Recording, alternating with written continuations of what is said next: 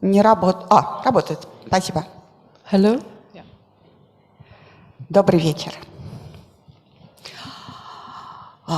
About a year ago, I got a message from my colleague, architectural historian Anna Bronovitskaya, telling me that an Austrian artist is working on a project on the Moscow Metro, and she would like me to collaborate. I am interested. I said, okay, because I have done some research on the Moscow Metro. I know my metro quite well. And of course, I'm interested in any new projects, especially with an artist from another country. And then Katharina Gruzei sent me some of her images, photographs that she took at the Moscow Metro. And I was totally convinced that I want to take a part in this project because it was unlike any other images of the Moscow Metro I saw before that. And we started to work together, but my part is quite small. I provided some advice and also wrote one of the texts in this book. And this book, you see that it's large and has a lot of pages. So this is work by Katharina Gruzei, who created, as she says in her introduction to the book, a comprehensive survey of the cosmos of Moscow Metro. And it is not exoticizing, but it's evidently is done by an outsider who notices that the details that we don't register as we go about our business via Moscow Metro. And it's not a book on architecture, but it has a lot of beautiful architectural images inside it. But I quote again, Mir Metro, the world of metro, looks into this fascinating place of daily life where social, political, and societal trends reveal themselves. And this work consists of this photographic survey, but also of grouping of these images, and the design of the book was made by Katharina, and the whole concept is wholly hers. So she wanted to have different voices accompanying her images in this book. So she asked for authors to contribute a text. So I was one of them. And the book consists of 447 photographs, which is a lot, much more than you normally see in a photographic book. And we'll see in a moment how it is, but my impression that these images work not only as images, but they are also like some lines in a long poem, because there's a lot of rhymes and repetitions and breaking the rhythm and contrasting of black and white and color images that tell a story which is really has a lot of facets. And now I will give the floor to Katharina, who explains her project, the structure of the book. You will see the video of all the pages of the book being turned, and then we'll discuss some pages and spreads in detail. Okay? Thank you, and thank you for coming. Anna, my gratitude to you and to your text, to the time that you've spent, to all the sensibility that you took for looking at my images at a very early stage. The whole process of this book was very long, but very intense and short in some phases, and we produced the book basically this year, finally, from the time between April and August. And I've started this project in the year 2008 when I was still a student, and I met a Russian woman in the class of Katharina Gruzei. And I put the cover on because the video is going to come later. I want to quickly introduce you a little bit to the project itself, and then show you some of the main topics and give you kind of a quick trip through my book, because the concept of the book is that you are taking a metro ride and that there is movement introduced, and that the whole book has a direction of going up and down, down into the metro, up to the city surface. And I will give you a quick introduction about the architecture. Not about the architecture, but about the topic, and I will start with the architecture.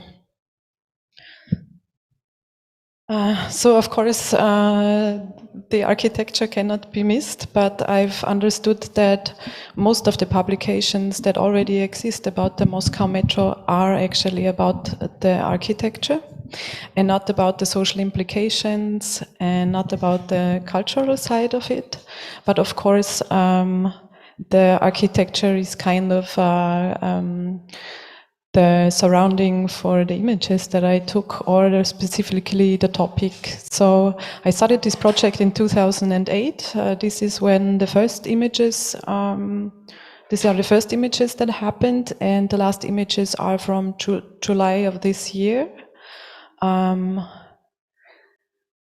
example, these ones, most of them. And it tries to compile a broad view into the architecture and the design of the space. Of course, part of the architecture is not only the station's design, but also the pavilions and the upper ground stations and buildings on the surface of the city. So some are wonderful opportunities to be photographed at night. And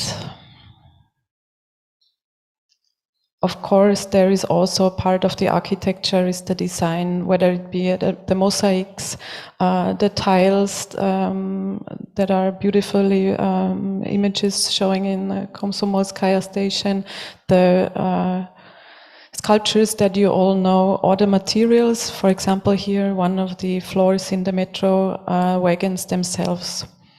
Another focus are the objects that you can find in the metro that you might not see anymore, but they're beautiful objects that kind of remind or hint me towards contemporary sculpture sometimes, and have multiple uses, like a detonation container on the left, or stair-like objects that help with removing the bulbs or changing the bulbs and so on.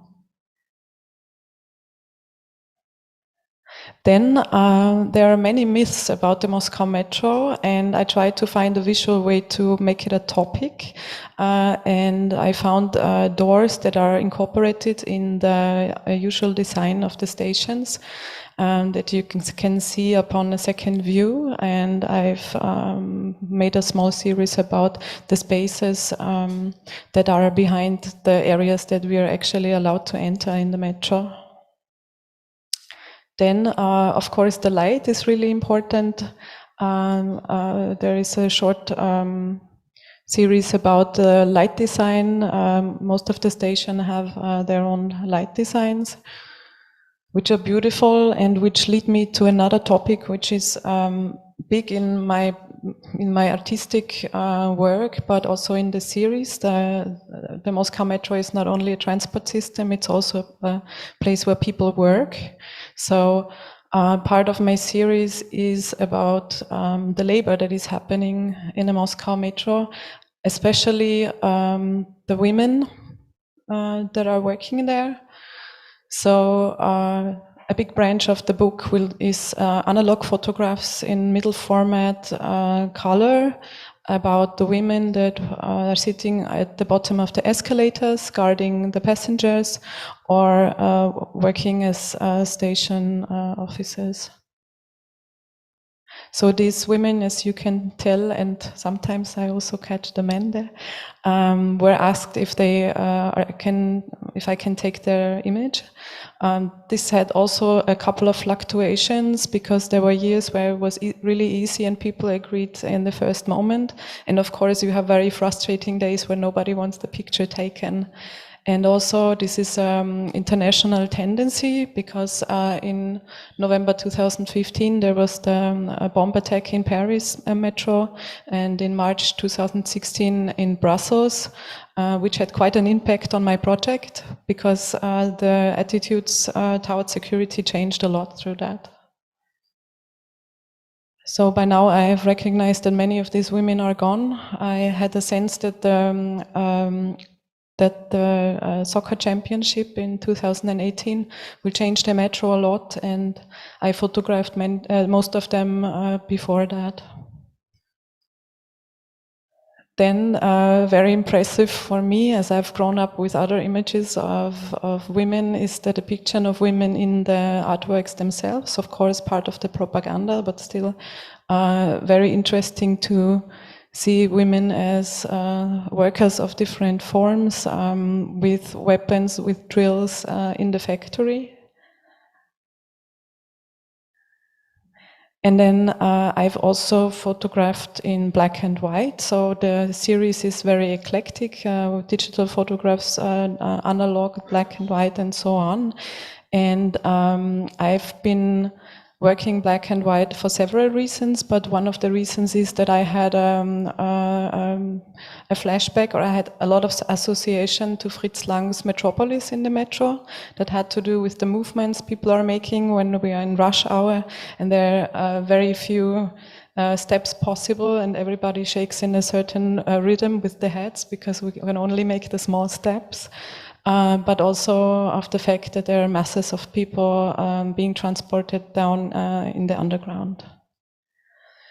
In some image you can see these vertical stripes. I have also incorporated my own process of photographing the project in the book. And I've also included images that were kind of destroyed by the X-rays and the security controls that I have been going through daily on a very, very regular basis sometimes. And then there are sub-series. When I planned this project, I also tried to keep a bit of space open to coincidences. And the great thing is when you cannot speak a language and you don't read the Cyrillian letters yet, and you don't understand the information that is provided for you, your senses are quite open. And I try to keep this space in my artistic practice to also have coincidences and to really try to look like a child in the way I look at things. And this way, I think I'm very often also discovering interesting spots that your attention might not be on if you're a commuter in the metro.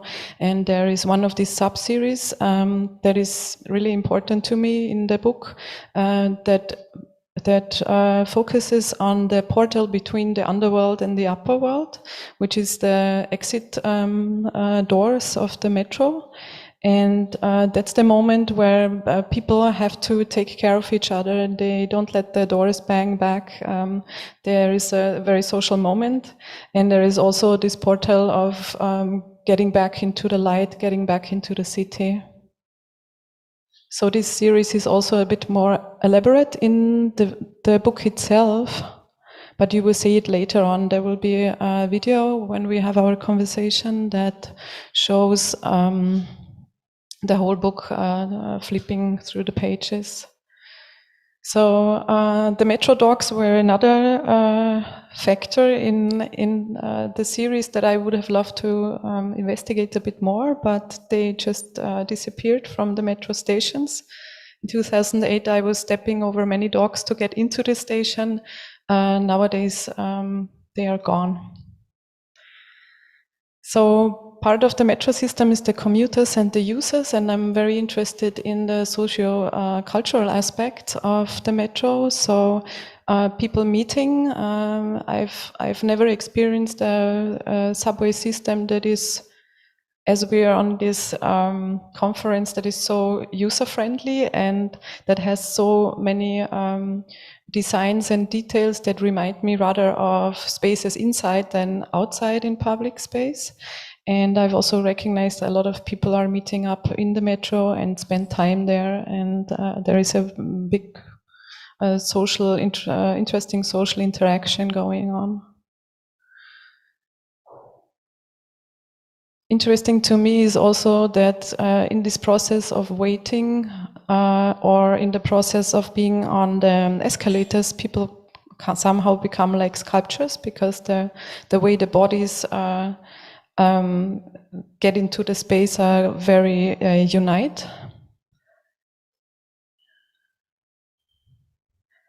And another interest of mine that it can be so wonderfully combined in the Moscow Metro is the relation to traveling in everyday life and space travels, cosmonautics. For example, in Station Mayakovskaya that we just saw, that is dedicated to the sky and holds a lot of those images. But also the fact that when you look at the trains today here on the right side, and you think about space stations, how they are designed, there are very similar materials used, and also the forms remind me of the interior of space stations. And of course, it is a topic in the stations themselves. Yuri Gagarin's image that was being replaced for Stalin's image, or also ephemeral things like the traces that people leave behind after a day of commuting, when the dirt of the city is kind of resting on the floor of the metro. The same for the design and depictions of stations, or the upcoming of museum and topic trains, themed trains in the metro. Of course, the passengers are a topic, a moment of contemplation, communities for the time of a travel, for the time of a commute. Very cineastic sceneries. And then I have used black and white photography, which you can use for the sense of historicizing moments. I have come here a couple of times for the Victory Day, because I knew at Victory Day people are dressing up in Soviet uniforms to photograph in the Moscow Metro, use black and white photography, and therefore kind of travel back in time to take images that look like they have been taken during Soviet times. But then also I'm looking out for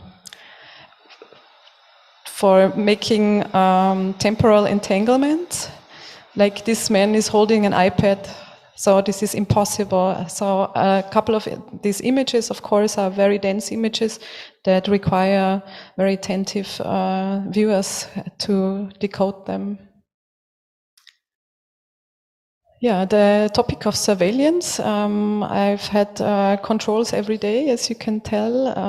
It's very interesting how massively guarded the metro is. When starting this project, it was still forbidden to take photographs in the metro because they considered it a military target or a strategic object, and the smartphones changed this completely, but still the guarding of the stations is somehow quite impressive. Yeah, then the metro in progress and in a transition. One of the most obvious transitions is the transition of the smartphone that came into our lives and emptied out the spaces of public phones.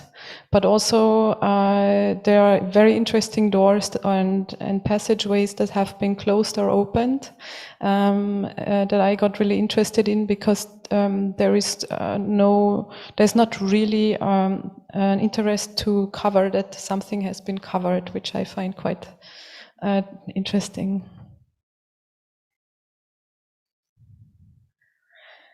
And escalators, also a place where you can spend a lot of time. I've taken a sub-series of passengers going up and down to the metro stations and to the city. A short moment in an everyday commute. And again, I really enjoy the sculptural quality that some of the passengers have.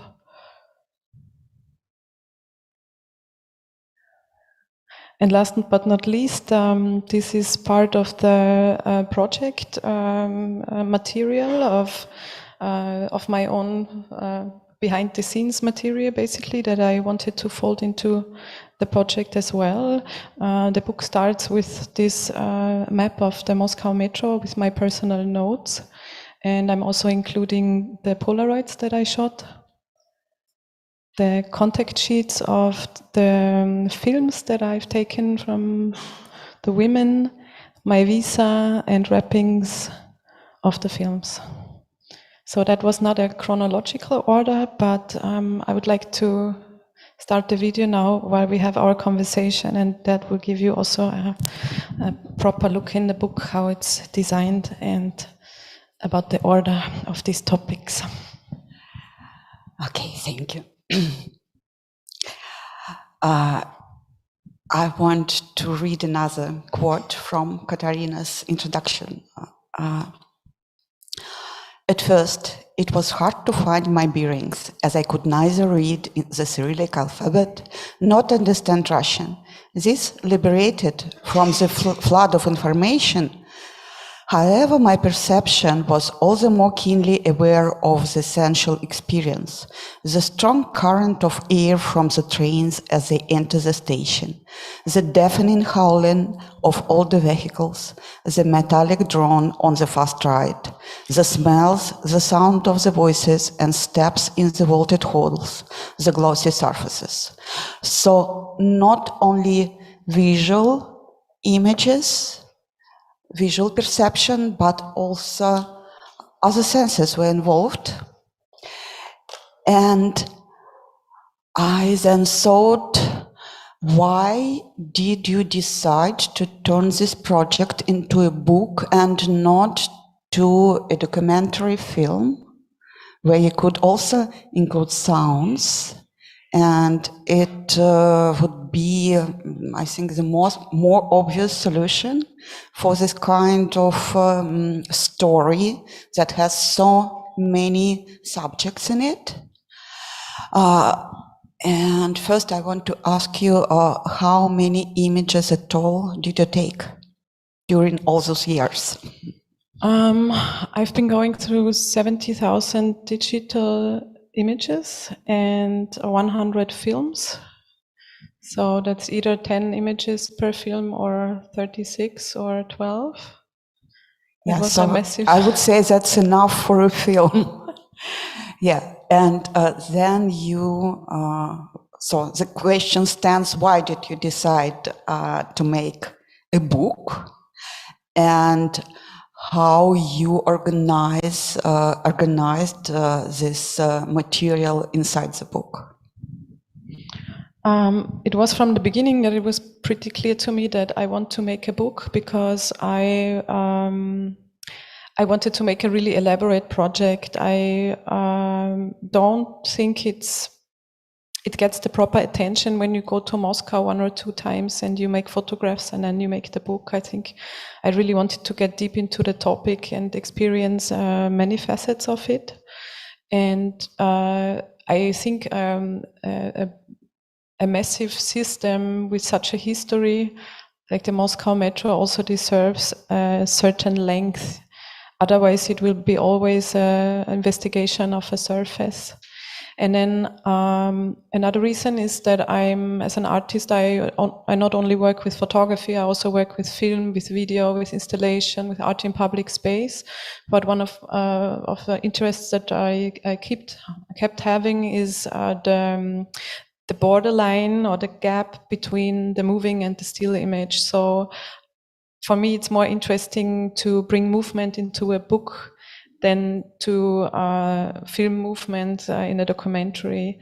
And I think part of the artistic process that is happening here is that our photographs are mute. I think this is really necessary and important to the images. So the part of the artistic process is to distill something out of the situation, right? But when I show these projects, and Mir Metro has in parts been shown in the Tokyo Metropolitan Museum and also in a show in Salzburger Kunstverein last year. In Salzburger Kunstverein, I combined the photographs with a hidden sound installation. It was a room without windows, painted black, and I installed the sound of a station in a way that you would think the metro is right below you. So whenever I am getting out of the book version with this project, I feel free to also add video or sound or whatever. And another reason to make a book is that I find it quite interesting to have a book about the public space that is so crowded and take a look at it in your most intimate place, alone at home, with the images on your lap. I think that is an interesting media-specific question. So you are saying that this book is the center of what we now call ecosystem, yes, like Sberbank ecosystem. So in different situations, you can present this material in different forms and include also sound. Yeah. Well, yeah, the book is its own media. That's what I'm basically saying. And when there is when somebody wants to do an exhibition with me, I have to rethink the whole project with the space and the purpose. So you excluded the actual sounds, even though you recorded some of them, but you added voices, texts of different authors. So why didn't you go for a collaboration with one writer? And how did you choose the people you asked to write text for your book? I think on a topic like the Moscow Metro, I really want to complicate things, and I'm an outsider coming to Moscow, taking a look, and I think that's okay, but I wanted to have an insider looking at my images and having a voice to say something about it. I think that is an interesting task, and I've decided I want to curate 4 texts to these images. One text that is informative about the architecture, which is you, and I definitely wanted to have at least 2 voices from Moscow that have personal experience with the space. And in our conversation, I also encouraged you to include your personal view, not only your professional one, and become maybe a bit more personal and biographic in your text, which you beautifully did. Valentin Diakonov is the second author from Moscow, and he also did. And what did Valentin Diakonov wrote about? He introduced he wrote about but it was just a note about the station of his childhood. Yeah. And which station? I forgot it. I have to read into it again. Yeah, so before doing the book, I did the research, of course, and I understood that there are very few international publications about the Moscow Metro. You can find touristic guides, you can find architectural guides, but that's about it. And when you do a book, you're also producing knowledge. And one of the goals that, besides doing this artwork, was to also produce a book that would open up this space to people that cannot read Russian. And that's why I also translated in German and English language. So I wanted to have two professional views from an architecture historian and a curator and cultural study expert with personal experience. And then I've asked Boris Greuß whether he would be interested in the project. And he told me that he's interested and that he has already written a text about the metro in the 90s, which is wonderful. And then he generously provided the text for the book. And the last thing, or the first thing that is also important, is that one author specifically focuses on the work I did and how I did it. Abigail Solomon Godot is a wonderful theorist and a photography lover, and I really adore what she wrote about photography so far. And as I was already investing so much time and energy, I still wanted to keep thinking big, and approached her with asking whether she would be interested in contributing a text to the book. Yeah. And how would you describe your approach to producing this book as an object? And I would like to give our listeners, can I give in the book to touch? Of course. To touch. Please touch it. Because it has different textures and it's an essential object in itself.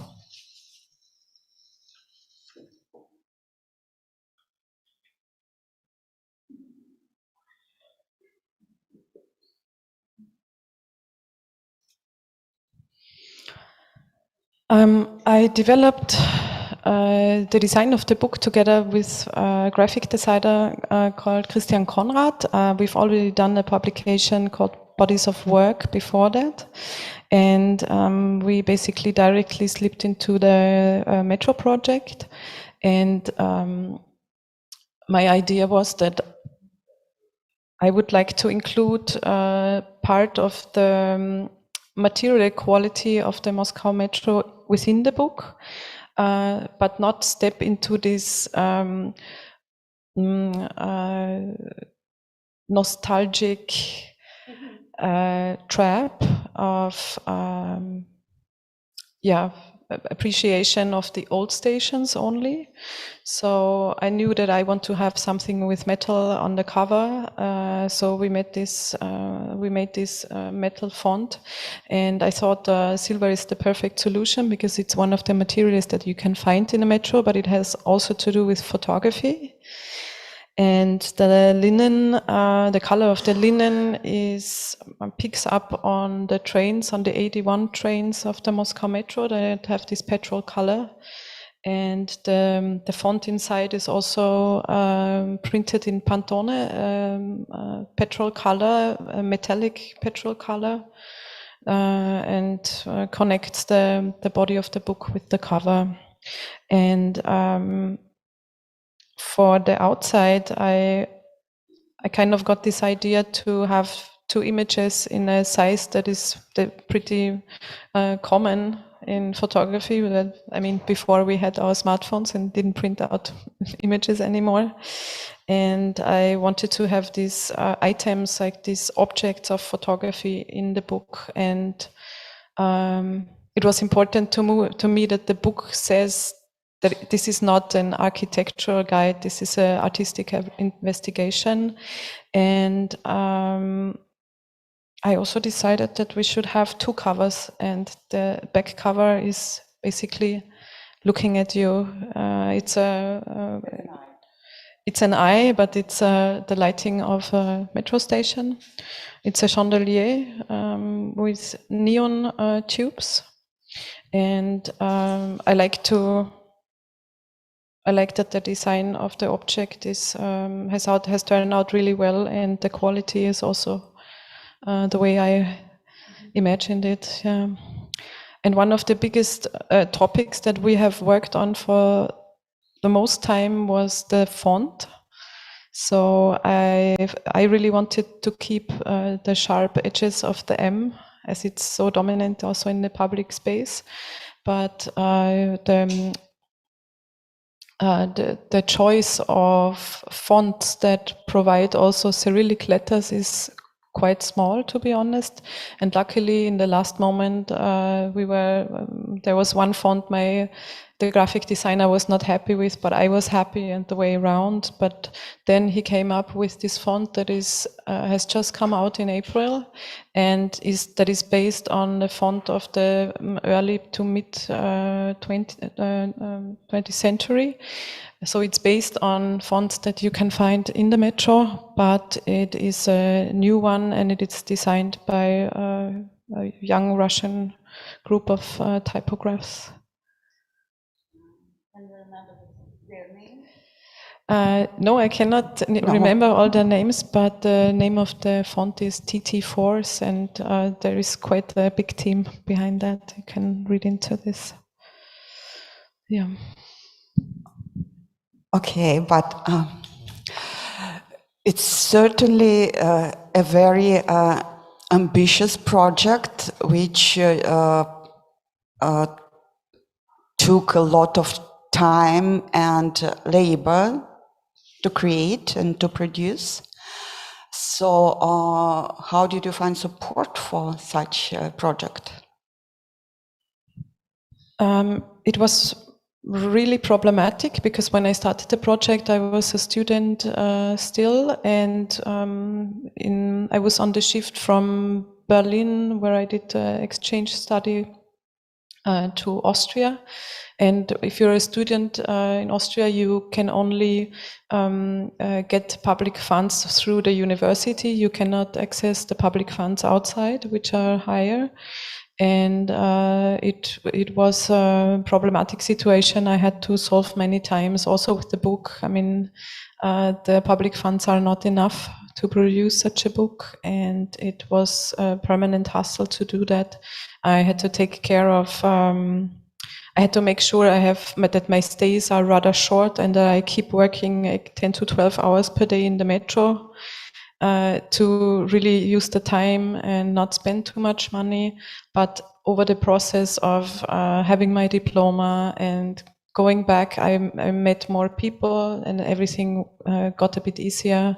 I got access to public funds, or I spent an art prize that I won on the project, or also the university gave me a working stipend to develop the project a bit further.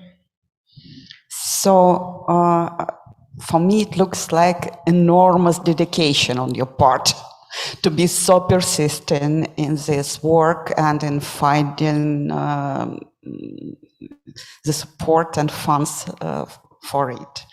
I'm really impressed.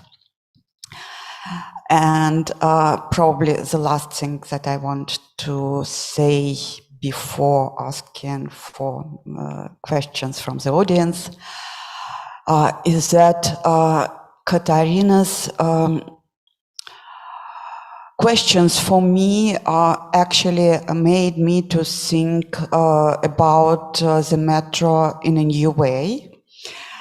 And I realized that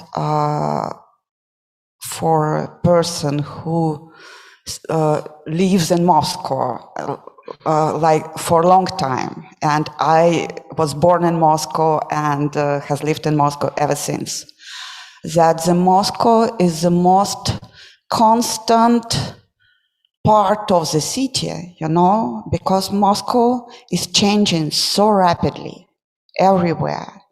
So precious buildings are demolished. And I don't know, this little kiosks, little shops that grew as mushrooms in the 80s and the 90s, and then they were erased from the city fabric in one night. And construction is crazy. And there are not so many places that we could recognize. And for a person who lived there for some years, there are very few fortunate people who could return to their childhood home and to find the place unchanged. But the metro, the stations that are already there, they change very little. The signage is changing, definitely. Some technical infrastructure is changing, but architecture, mostly the same. Names of the station could be changed, but mostly they're still the same. And you actually, during the year, spend so much time in it, you know, at a station near where you live, or where you work, or where you visit your relatives, or your boyfriends or girlfriends. And in time, each of these places became ingrained with our emotions, with our memories. And when our life goes on and we start to use different stations, mostly, when we pass through the old ones, yes, they bring memories. So this transportation system, far from being utilitarian, it is an utilitarian part of our life, but it's also a very emotionally charged, and in time becomes more so. As I was writing, yes, you can suddenly remember that this is where you first enter the metro holding your mother by the arm, or these escalators where you kissed and couldn't stop. And some other situation, maybe you got some bad news, and it's still, these memories are connected with this transportation places.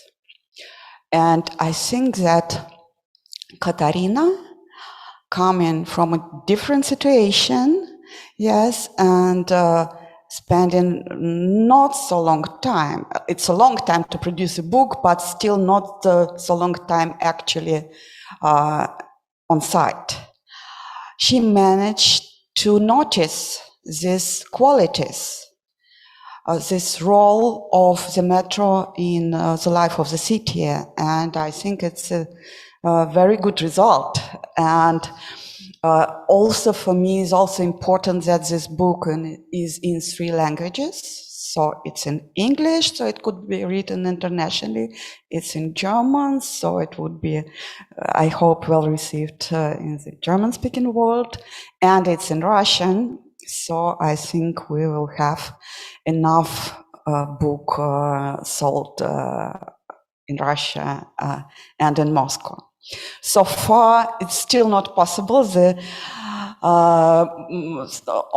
Only several copies are now here, but quite soon, I think in the mid-December, the book will arrive and it will be distributed.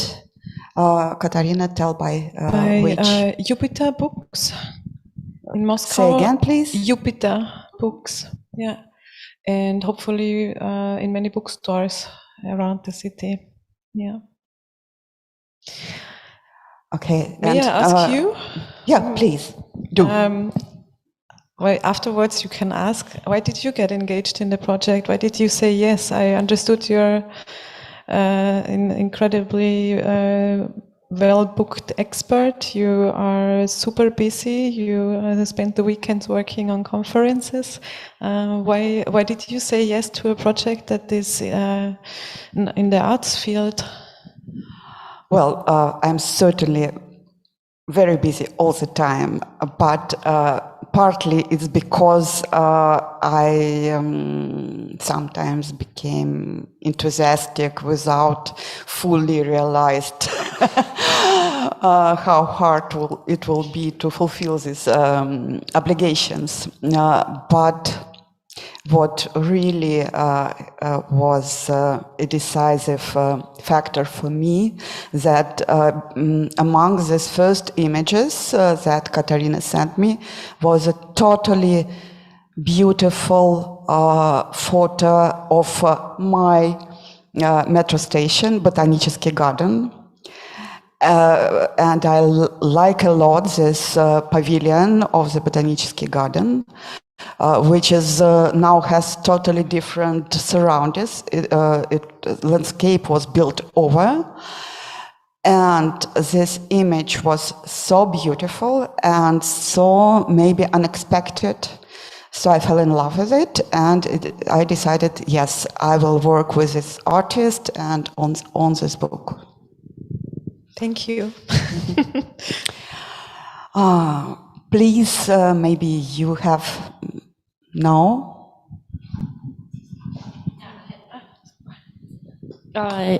Thank you for this beautiful presentation. Really, I have to say it's quite nice idea of presenting the movement through the metro in a book like this, the up and down movement, and I thought it's really brilliant. I didn't read the text, but I really want to. My question was, I wanted to ask about the title, the Mir Metro. Why did you keep it like this in English?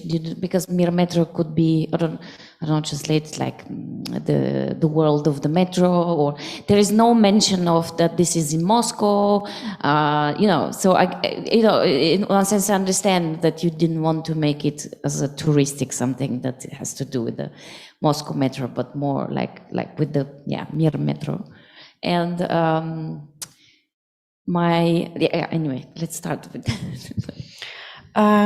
I don't want to answer all the questions in the first moment with the cover. I thought I want to create a cover that where people think, what's that? And what does it mean? And not everything. I mean, it doesn't make sense for me to have three same titles on the book cover, and I rather wanted to have it a bit mysterious about what's going on in this book. And that's why I kept also the Russian title and just made it readable. And I think it's also a gesture I wanted to do for the place that I realized it. Yeah. Will it be? I think the metro has souvenirs, has like shops, no? I mean, would it be kind of also there? I think people would be interested to. I'm not sure how to deal with that, because the Moscow Metro doesn't know about the book. So for me, it's important that this book and also the project is perceived in the arts world. That's my first preference, and about the rest, I'm not sure. I will ask Moscovites about their advice, what to do. And I think it's not so important that it's there. I think it's important that it's in the artwork and in the bookshops and the regular ones for people that are interested in artistic projects. I found that in the Moscow Metro, what is really missing is actually art. I was curator of a program in London that is called Art in the Underground. So I have a special relationship with metros. When I came to Moscow, I still, although I was a museum curator, and I came to Moscow, but I had this, dream of doing something in because it's somehow not designed for it, but I was wondering maybe you could be the first project, to engage interestingly, not just posters on the walls, because it's obviously very also limited space of what you can do and how you can engage with it. But the program at the London Underground is a very interesting example of like how you can engage socially with, a lot of projects outside of the metro, but engaging with the community that is around the stations, for example, or, things like that. Yeah. Anyway, just. I would be very, very happy to do that. And I also know about a project in Berlin where they make art shows, exhibitions or site-specific artworks for the metro station. And I think it would be one of the best things the Moscow Metro could do to have open calls or artists designing, contemporary artists designing places. And you have so many more stations to come, I guess.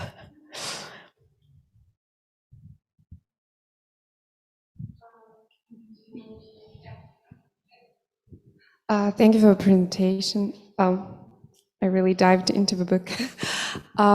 So I wanted to ask you, it seems like there are a lot of people depicted in the book. So the person and their relationship with this organism seems to be a kind of one of the storylines. So I wanted to ask you how you created this connection, or whether there was a particular connection to the people you photographed, because some of them are obviously seeing you photograph them, so posing, others are looking in a different direction. So could you say a few words about the people in the book? Yeah, it goes into the direction of my working methods. I mean, I've used different working methods for different images, of course. You have a very complicated space, very little light, a lot of people. Sometimes I'm getting washed away with the crowd. In some cases, like the portraits of the workers, we have asked before. And the images are taken with such a long exposure time that you have to ask, because the person has to stand really still. And I also want to have a situation where the people depicted are okay with it.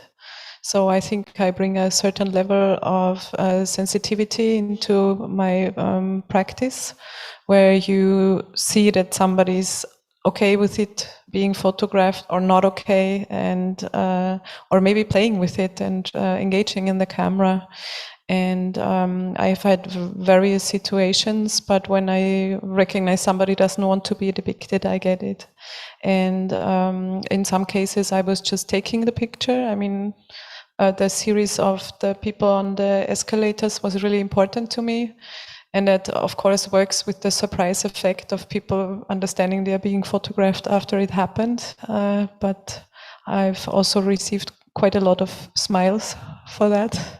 And yeah, I think that's also always a boundary where you are working on as a photographer when you are working public space. But I think the worst you can do is do self-censorship and not photograph because you think maybe it could be a problem in future. I think that's problematic, and that's the step I don't want to take, to limit myself in the process of creation already. Actually, I have one more question about your work and methods. You say that you combine different kind of photography, yes, analog and digital, and color and black and white. So how did you decide what kind of subject should be depicted in this particular way?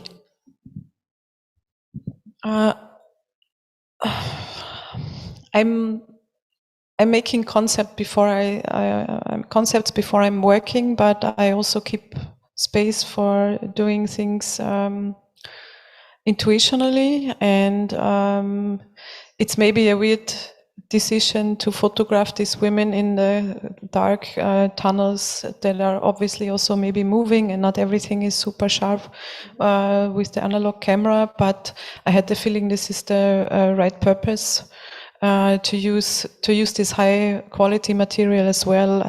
One factor is also to think about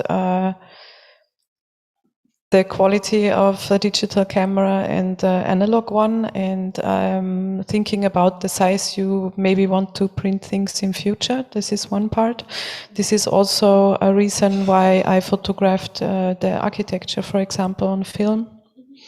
And also there it's a bit less problematic because you can use a tripod. But most images are taken without tripods from the hand.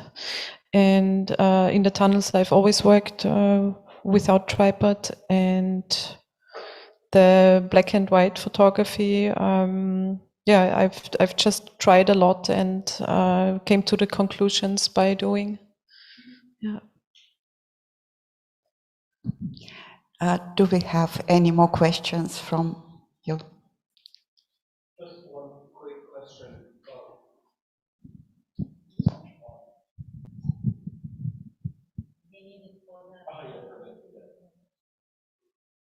Thank you for your presentation, and it was quite interesting, of course, to have overview of Moscow Metro. I think the video is very much presentative in that regard.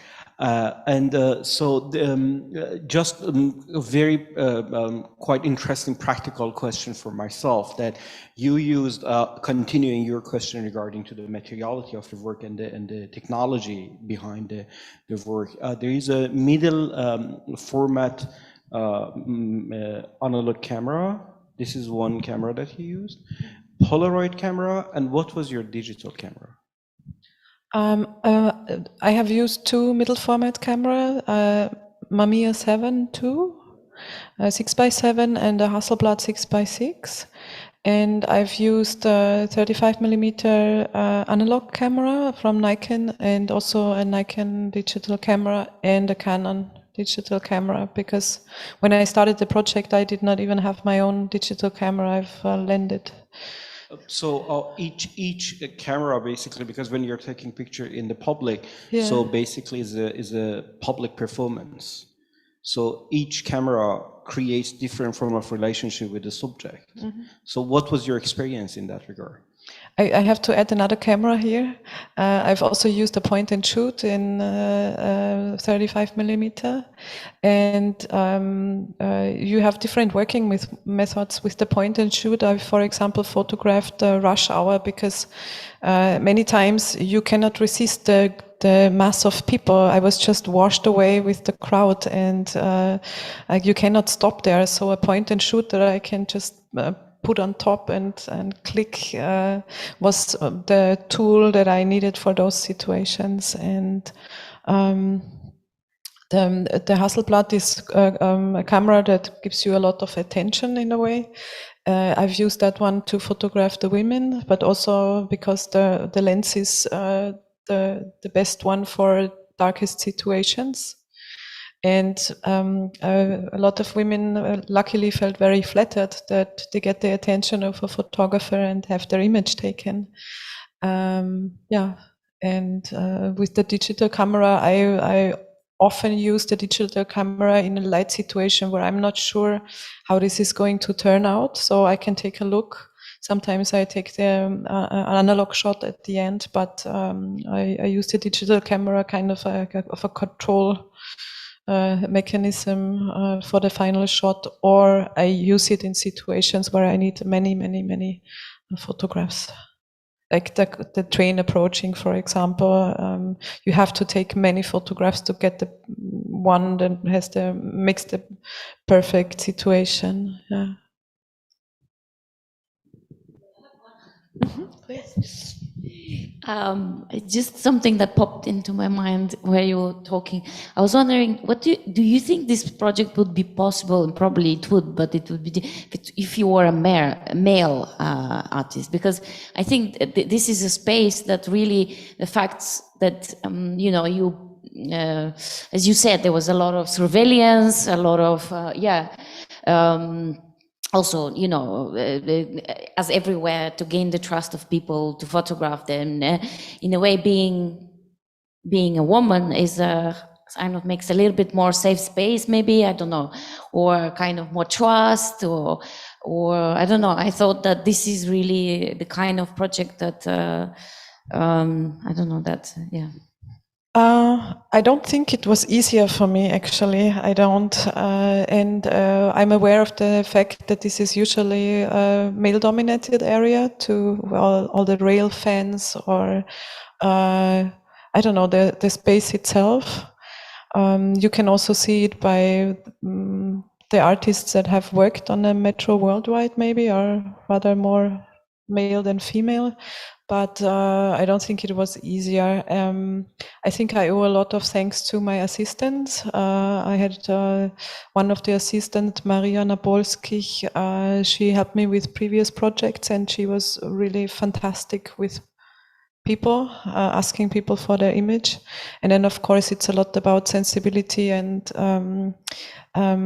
making people catch fire for your project. And I think that could be done the same way by a man, but I know that the area is a particularly male-dominated interest.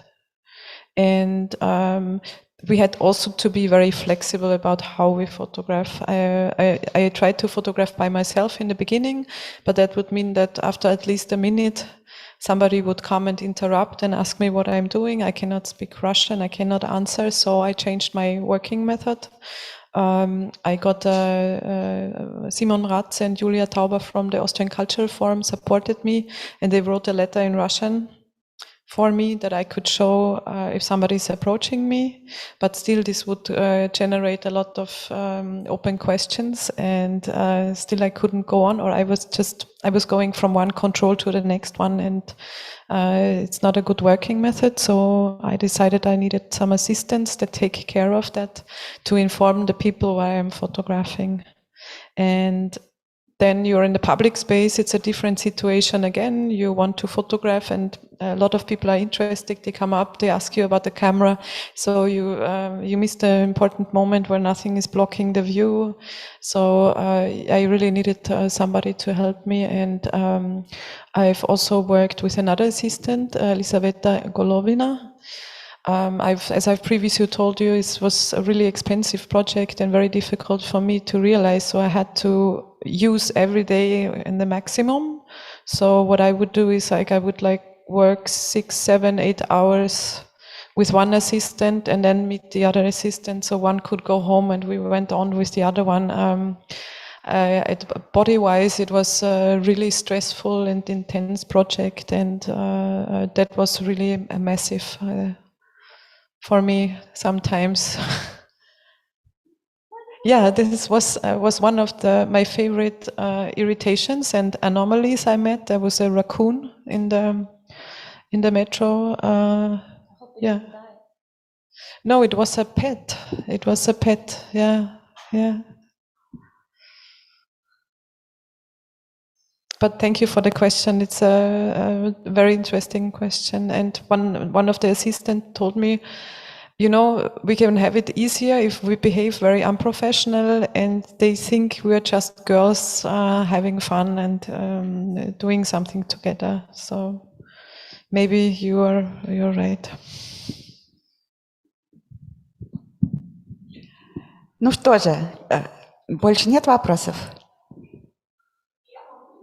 Будьте добры.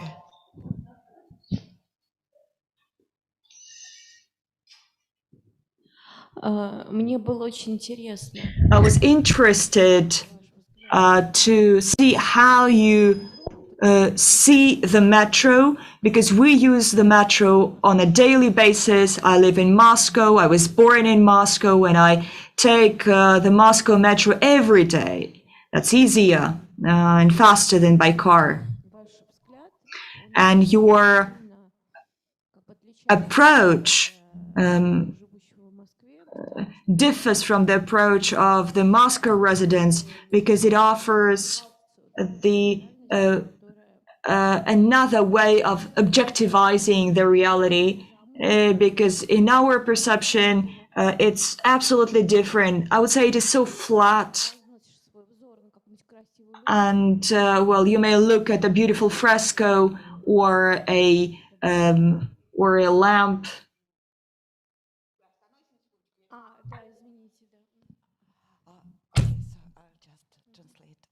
That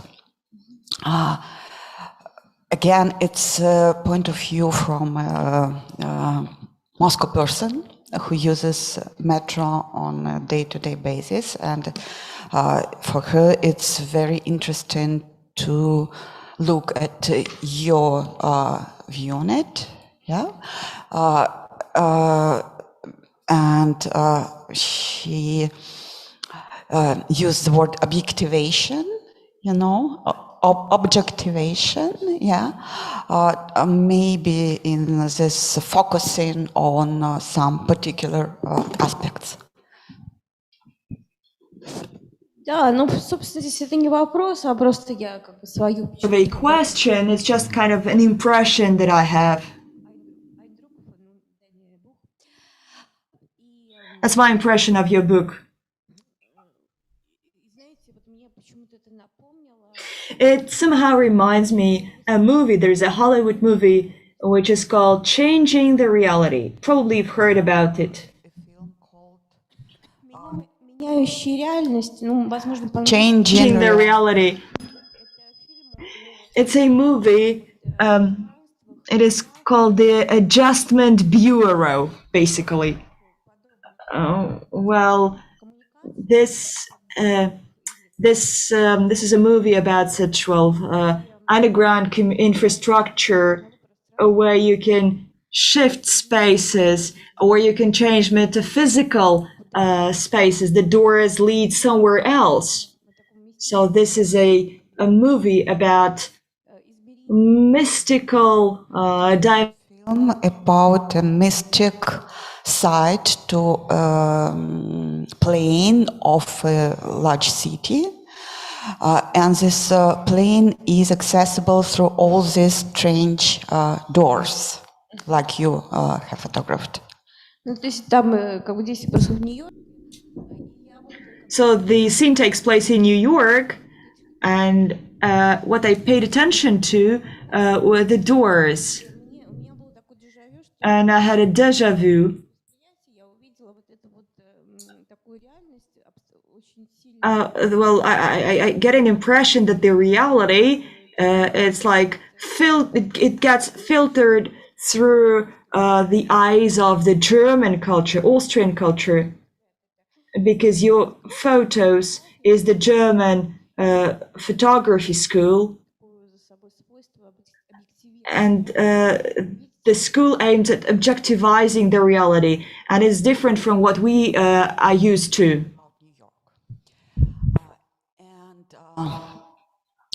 When our listener came into the room, there were these doors on the screen, and she was instantly reminded of this quality of different realities, and so it focuses her attention on how the style of your photography, which she perceives as a German school of photography, just tends to objectify things.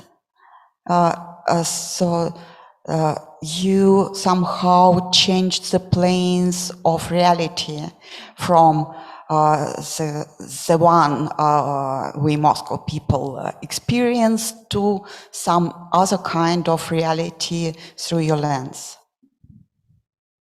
И мне кажется, что ваше желание вот... Seems that your wish to get down to the metro and show it in your book is the wish to understand, to perceive some different time, because metro preserves the features of a different epoch, which above the ground seems to have ended a long time ago. Go underground and make a book about this metro is probably a desire to get into another time, because in the metro, this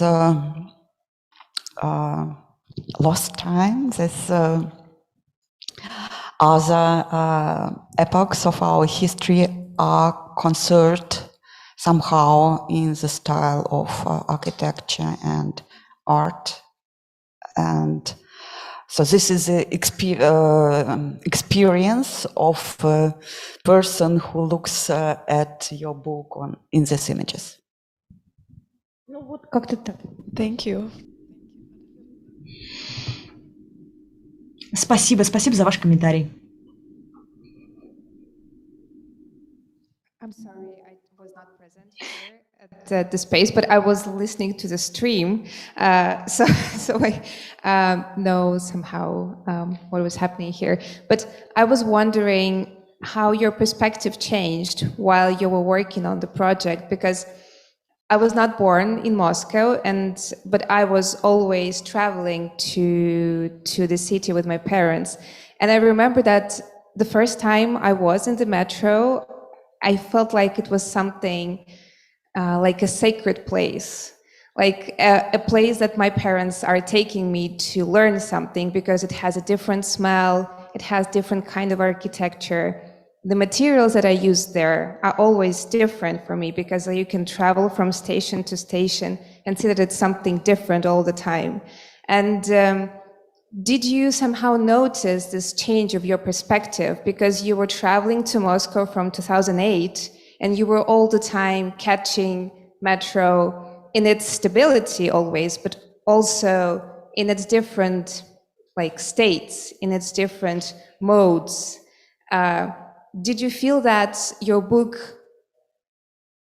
changed its initial point at somehow? I don't know, was it originated differently than the way it was published?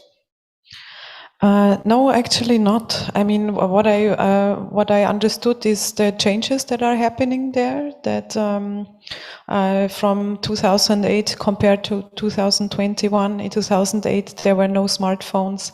The train was incredibly loud. So many things were different. Now there are the incredible new trains that don't have a regular logo. They have displays that are animated, and you have a USB stick. It's super futuristic. It's incredible. Also, I love the situation when you have these futuristic trains and these very old stations, like this total contrast that is future is just passing through this place. But one of my initial thoughts, which I think I followed, is when I started working more in public space, I would read into space theory, and of course I would also follow the discourse about the non-places where Vauxhalls, stations, metros, airports were a topic. They would say these are non-places because they don't have history and they're just places of transit. And when reading this, I went to the Moscow Metro and I thought, wow, I mean, this is the antithesis. The metro has a total history. It has been a bunker during wartime, a shelter for people. I think this was really crucial to the connection of the Muscovites to their metro. When you look into the computer games or the books that are published about futuristic horror scenarios, where is the shelter? The shelter is the metro. Where are the people living? They live in the metro. So it's kind of a last refugee in contemporary popular culture even. And I think that I also wanted to add through this discourse a little bit of saying that these places are non-places, because we are moving and not sleeping there regularly, it's not a place that has no history for us. All the contrary, when we have all these memories that you're writing about, a certain biographical moment is a certain station, and that's the same for me in Vienna. Yeah. Thank you. Thank you.